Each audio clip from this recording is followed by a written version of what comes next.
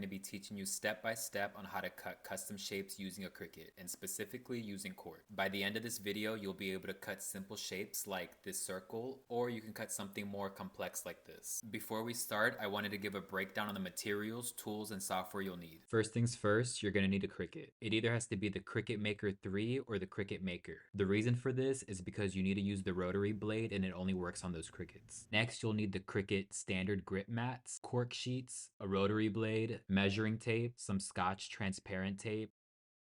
And for software, you're going to need the Cricut Design Space app and Photoshop or any photo editing app. Before I begin, if you're interested in a PDF version of this entire process, I wrote a free e-guide that'll be in the description. It'll also include links to everything used in the video so you can go at your own pace. All right, let's get started. Step number 1, photographing your object. Place your object on a flat surface and make sure to photograph it directly from above. Align your camera with the little cross in the center of the screen. Once you have your photo, it's time for step 2, preparing your design in Photoshop. Open the photo in Photoshop or any photo editor and darken the image a lot to make the edges crisp and more apparent. It doesn't have to look pretty. I prefer to use the quick selection tool to get a quick selection of the bottom of the dish. And then I use this polygonal selection tool because it's what I'm most familiar with. Spend as much time as you need to clean up the edges. You can also use the lasso tool, pen tool, or select subject tool. Next, you're going to create a new layer. Go to Edit, Fill, under Contents, change that to black. Leave the blending mode on normal and opacity at 100. Now we need to isolate the shape, so select the background layer and any other layer and delete them. Now we have to mirror the cutout, so go to Image, Image Rotation, flip Canvas horizontal. Your shape will now be mirrored and ready for Cricut. This step is crucial since Cricut cuts upside down. Save your image and make sure to change the format to PNG. Click Save and click OK. Step 3, uploading your design to Cricut Design Space. Open the Cricut Design Space app and start a new project. In the bottom left corner, click Upload and select the PNG you created in Photoshop. Once you upload your image, it'll appear all black since the design is black. Just click Continue. I've tried their background remover tool multiple times in the past and it's very hit or miss. I just prefer cutting out my own shapes and not wasting time. Click Single Layer here, click Continue, and then here you can title your project. Click Upload. Your shape should now be on the canvas. At this point, you'll need to get the dimensions of your piece. Use a tape measure if you don't already know your product's dimensions. Once you measure the bottom of your piece, enter one side of the dimensions here. This is locked, so it should scale up correctly. In my case, I'm going to duplicate my design. Squeeze as many as you can fit within the 12 by 12 frame. I can only fit 2 in mine. When I'm creating a new shape, I like to sacrifice 1 full sheet of cork as a test sheet. I'll make different sizes and see which fit I like best. When you're satisfied, select all, click Attach on the bottom right corner. This will group them together so the orientation doesn't change on the next step. Click Make and save your project.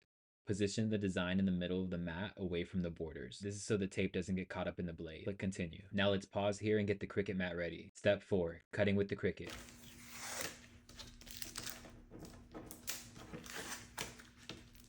This is our favorite brand of tape. We've tried out so many others, but this one has been the stickiest. This cork sheet is 11.8 inches by 11.8 inches. Place your 1mm cork sheet onto the 12 by 12 Cricut mat. Make sure it's cork side down with the white adhesive backing facing up. Press down to make it as flat as possible. Now get your tape and tape each corner. We like to make sure all 4 corners are pinned down so the mat won't move. You need to use tape or it will not work.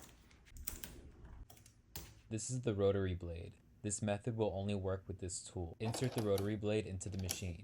Now back to the settings. You're going to set your base material to heavy fabrics like denim. To find this, you're going to click Browse All Materials, search Heavy Fabrics, and select Heavy Fabrics like denim. Make sure to bookmark this so it's ready for the next time. Then set the pressure to More. This button should now be flashing. Load your mat and press the flashing button. On your screen, it should look something like this. And now we're going to let the Cricut do its thing.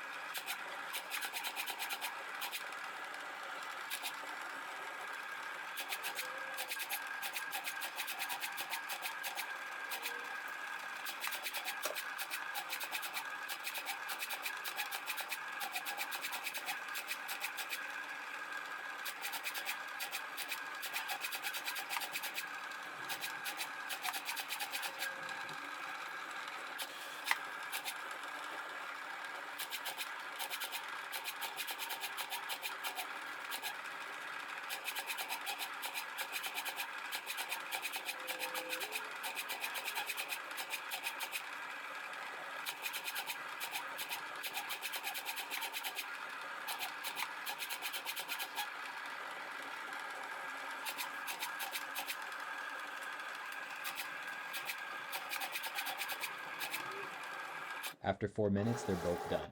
Now press the arrows to unload. Step 5. Finishing touches. Once you've unloaded it, carefully remove the cork sheet from the mat. It should be very easy to do.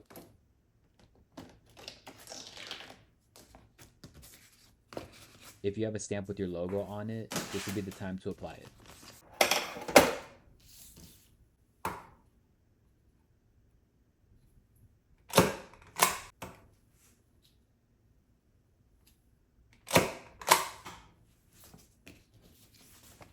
Your custom cork shape is now ready for use.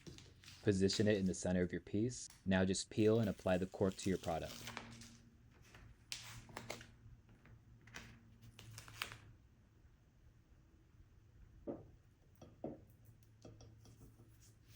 Make sure to press it down all around the piece and make sure there's no bubbles. And you're all done. If this guide was helpful and you'd like to support us, there will be a link in the description. And don't forget to download the free e-guide. I spent a lot of time on it and I would really appreciate it. Here's a preview of what it looks like. There's plenty of photos and visuals if you're a visual learner. See y'all on the next one. Bye guys.